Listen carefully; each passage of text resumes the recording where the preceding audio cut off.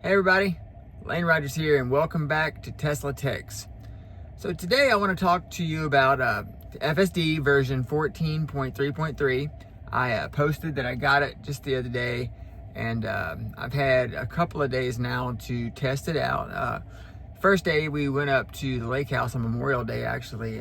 Went up to our lake property up in Canyon Lake. It was about an hour ride up there, and I finally had a chance to actually drive with it and actually kind of see exactly what I thought about it. And I got to tell you, I mean, it was great in a lot of ways. You know, Elon said this one's a banger, and it definitely is. There is a lot of things about it that I like a lot. The smoothness is much better than the previous model. You know, it's very assertive. It's very confident in most situations. There were a couple little instances where it was a little bit less confident than, you know, the previous version, but I think that's probably just attributable to the new software jitters, if you will. You know, I know I've experienced it several occasions before, you know, well, actually most occasions, whenever there's a new software update.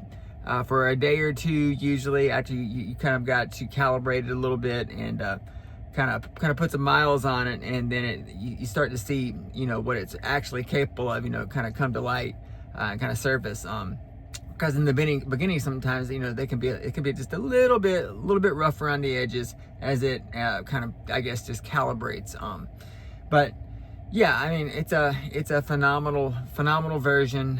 If you're thinking about, if you gotten the update and you just hadn't downloaded it yet, yeah, you can go ahead and do that. But don't be surprised if it's a little bit jittery at first, like I was saying. But yeah, the confidence is, you know, at next level. You feel confident when you're on the freeway. You feel like the car knows what's going on in traffic, and you feel safe, and you feel like, you know, the FSD is thinking through each situation, and that you're in good hands. And so very confident driver there. Let's see what else. And then so like today was really yesterday I didn't really drive too much, but today I was able to get out and drive just around town here in San Antonio, just doing some work and whatnot. And today's drive was even better than the drive up to Canyon Lake. And so that was to be expected. I was kind of wondering, you know, if it was just the new software jitters. And I think that it all kind of been worked through, and I think it's definitely performing at a much higher level now than it was. Even though where it was performing, don't get me wrong, it was still phenomenal, still great. Just still, you know, FSD right now has just gotten to the point where it's all of the models have been outstanding, you know, compared to what we had just a couple of years ago. You know, with the Hardware 3 Model X, it's changed and evolved, and you know, they've iterated to the point where they're all fantastic. But now we've just kind of gotten down to the point where we can be nitpicky about the details and just the finishing touches, if you will. Because in, you know, all the different versions I've had here recently for the last probably year, or close to a year, even version 13, when this truck had out when I first got it, you know, it was still very good compared to what I was used to with the Model X, and it was version 12.6.4, I believe, and it's actually still on that.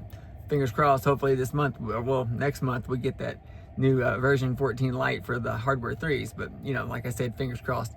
But yeah, so after driving it today, I'm very happy. I'm a very happy FSD full self-driving customer, and I actually just got back from being out doing some work, and yeah, the drive back was just absolutely phenomenal. It was so smooth, so confident.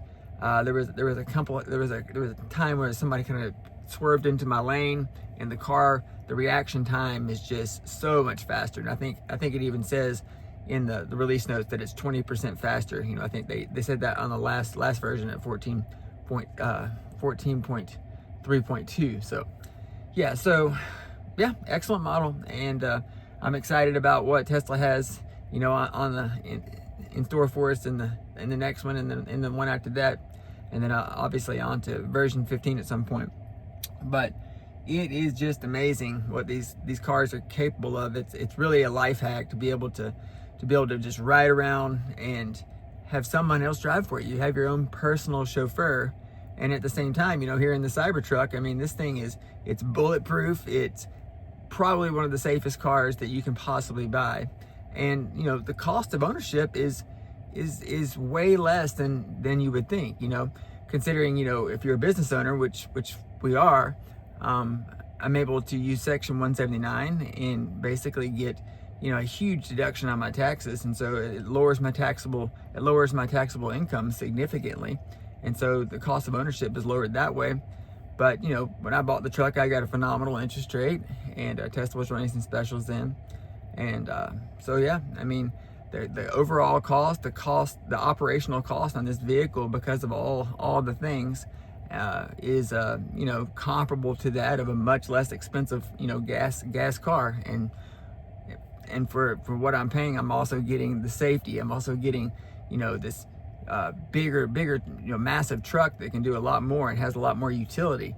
And at the end of the day, it's a truck that I wanted, and it turns a lot of heads. And honestly, if you're considering getting one and you own a business, there's been so many instances where I've gone to a gas station or to an event for real estate or the pool company or something else, and people who have asked me about the Cybertruck, and I've gotten into conversations, and one thing has led into another, and a lot of those people have become clients or at least in my database. And I talk to these people all the time, and I've made a lot of friendships, and my network has grown exponentially just because of owning the Cybertruck. And since I got it in September, so not very long. What is that, 8 months or something? And so yeah, I mean, it's if you own a business, this thing makes people come up to you and start conversations. And we all know that's how you that's what moves the needle in business. It's who you know and the contacts that you make and your database and your sphere of influence. And so yeah, it's probably been one of the best investments that I've made so far in business. And it's and then you have the added advantage, like I said, of being super safe for your family and it driving itself, having that. And then, yes, the one thing I forgot to mention about the version 14.3.3 is that the nag is relaxed significantly over the previous model. And so, I've tested it a couple of times, and I can grab my phone and look at it for a couple of seconds before it actually gets mad or anything, and it lets me know or alerts me. And so you're able to, at least be able to, go over to the screen and look at the screen, press buttons, and keep with your eyes not completely on the road, at least for a little bit of time without it yelling at you and, requesting that you put your hands back on the wheel and, take over basically.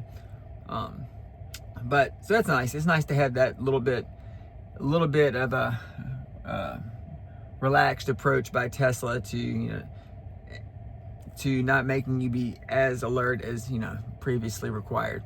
And then that's kind of a vote of confidence from Tesla, honestly, because that means that if they're allowing you to do that, they're very confident in the system and the safety of the system. So a huge vote of confidence there. And the whole full self-driving and robotaxi and cybercab sphere is just exploding right now. I saw that the recently launched Houston and Dallas hubs, basically, the storage lots where they're keeping the robotaxis and now the cybercabs. We're starting to see tons and tons more cybercabs sitting out there everywhere. So and they're getting them all ready to be, just kind of added to the fleet of the robotaxis that exist, the Model Ys that are already in service in those cities. And so I'm thinking any day now you're going to see an announcement or just see people taking pictures or video out on the streets where they're seeing those in service, because they're ready to go. They're sitting there, and all they got to do basically is press a button and those things can be in service. And so don't be surprised if you start seeing a lot of the actual cybercabs, the little 2-door gold cybercabs with the flip up doors. They're going to be everywhere. But I know Houston and Dallas and Austin, that those are the first cities, Austin being the very first city. And so here in San Antonio, we're only an hour away from Austin. And so I'm surprised we haven't started to see some in San Antonio, to be honest. I know Houston and Dallas just got their robotaxi service there. You know, they have a limited number of vehicles. I think they started off with just 1 or 2, and now they're up to like 6 or 7, I think now. So, and growing by the week, it seems. And like I said, they're going to be adding a lot of those robotaxis, the actual Cybercabs to the fleet any day now. So stay tuned for that. And you know, they're starting to see, I believe it was Austin, I saw someone post on X that there was one driving with nobody in it. So I guess they're ready for prime time. I think they've been testing them all over the place, and they're finally ready to be added to the, you know, existing robotaxi fleet, which is just growing like crazy. I know the Bay Area in San Francisco, that's their biggest market, but I've talked about it before, but they don't let you drive with no driver there. You know, they require a driver in the driver's seat, and you know, they have to have their hands pretty close to the wheel. And so yeah, that's being required there. And so I kind of don't count it completely as you know, the robotaxi network, just because they haven't switched it to where it's, you know, actually driving you know, with nobody in the driver's seat. So but as soon as at some point they're going to, you know, hit a switch basically, and there won't be those drivers anymore. So that'll be a pretty exciting day. You know, Tesla is working day and night to improve the technology with those things too, to increase the automation. I know I saw someone post today, there's a new self-cleaning camera system that they have patented with Tesla, and it's a pretty innovative little design. It's almost like the camera housing itself is almost like a human eye, like an eyeball basically, and the cleaning mechanism actually it goes over almost like the way you blink your eyes, and it almost has little tear duct type things for the fluid the way it comes out. So really neat. And I'm wondering if that's going to be used for more of Optimus, you know, the robot, or if it's going to be used for the vehicles, or maybe just for the actual Cybercab, or even the robotaxis, I guess. But it'll be interesting to see. But I know they're doing their best to make these things as close to completely automated as possible, from the you know, automated cleaning stations where they go in if they're dirty and they get clean, they can get them back on the road, to service, to, you know, self-cleaning cameras, to, you know, exterior cleaning as well, vacuuming, interior, everything.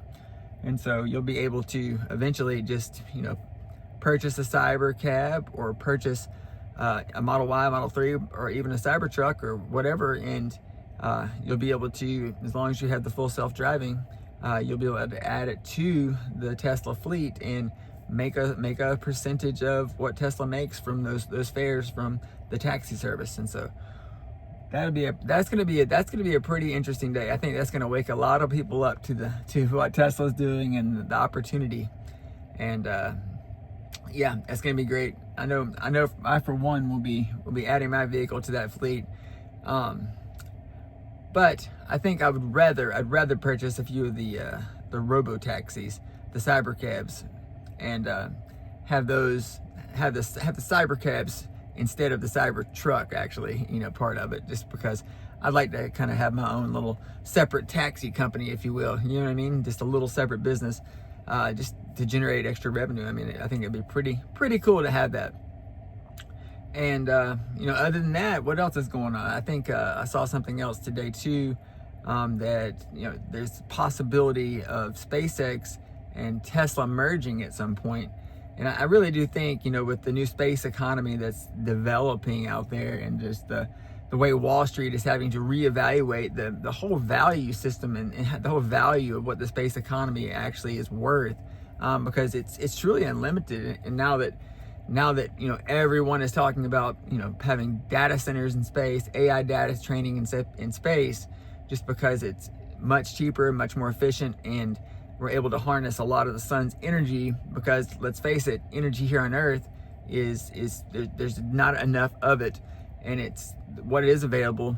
It's too expensive to pay for to run these gigantic data centers. And so we're going to need other options for that. And the best option, and probably the only option long term, with the amount of demand that's expected as these AI systems, these AI training centers demand more and more energy, is to be able to put them out there in space, or possibly even out on the moon or beyond, and have the ability to get massive amounts of solar power and then be able to have the cooling that's already out there in space, because they require a lot of cooling systems here on Earth, and that a lot of that requires, and then that requires a lot more energy, and so it just makes a lot more economic sense. It makes a lot more sense as far as just actual space of how much capacity, how much space these things take up to take it off planet. And so that's what we're going to be seeing, and because of that and a lot of other things, the space economy is just gonna flourish and develop, and we're gonna learn about and create things out there and new technologies that are going to be exponential, and they're going to improve life here on Earth, improve science here on Earth, improve all the things that we do here on Earth. But we're also going to make so many discoveries that will lead to bigger industry in space. And so if you think about where the space economy could be in the next 10, 20, 30, 40, 50, 100 years, those people that are investing now and getting, becoming part of all this stuff that's happening, they're going to do pretty well. And I know Jared Isaacson yesterday, the NASA administrator, was laying out the new plan for the moon and everything they're doing between now and 2032 and then even beyond in that 3-phase plan. And so, between now and 2029 is the first phase, and then 2029 to 2032 is the second phase, and then 32 past is the third phase. And so it's gonna be an interesting, fun, exciting time to see all this stuff happen. So, but yeah, that's all I got for you today. I'm gonna keep driving this FSD. Well, I'm not driving, but I'm gonna keep using this FSD, piloting this FSD system 14.3.3, and I'll continue to give you my feedback and thoughts. And I'm curious if you've gotten it, and specifically on the Cybertruck, what do you think about it so far? Have you had enough time to really get a feel for it and get all the jitters worked out and see what it really can do and see how it can really perform? Or are you on the fence with it? Are you torn? Do you hate it? Is it just not working for you in your area? Because I know how it is. Some areas are worse than others, and some areas are absolutely perfect. I know it's pretty good here in Texas from what I've heard. It hasn't always been, but since they brought the headquarters here and everything, you can imagine they've stepped up their game here. But that's all I got for you today. As usual, if you have any questions or you have any concerns, or you just want to talk about Tesla, I'm always here to answer any questions. Something I follow, something I look forward to every day, just getting up and learning, and it's one of my biggest hobbies at the moment. I love studying everything about Tesla and the new technologies and full self-driving and space, robotics, AI, all of the things. And yeah, let me know. But yeah, that's all I got for you today. So I'll see you on the next video.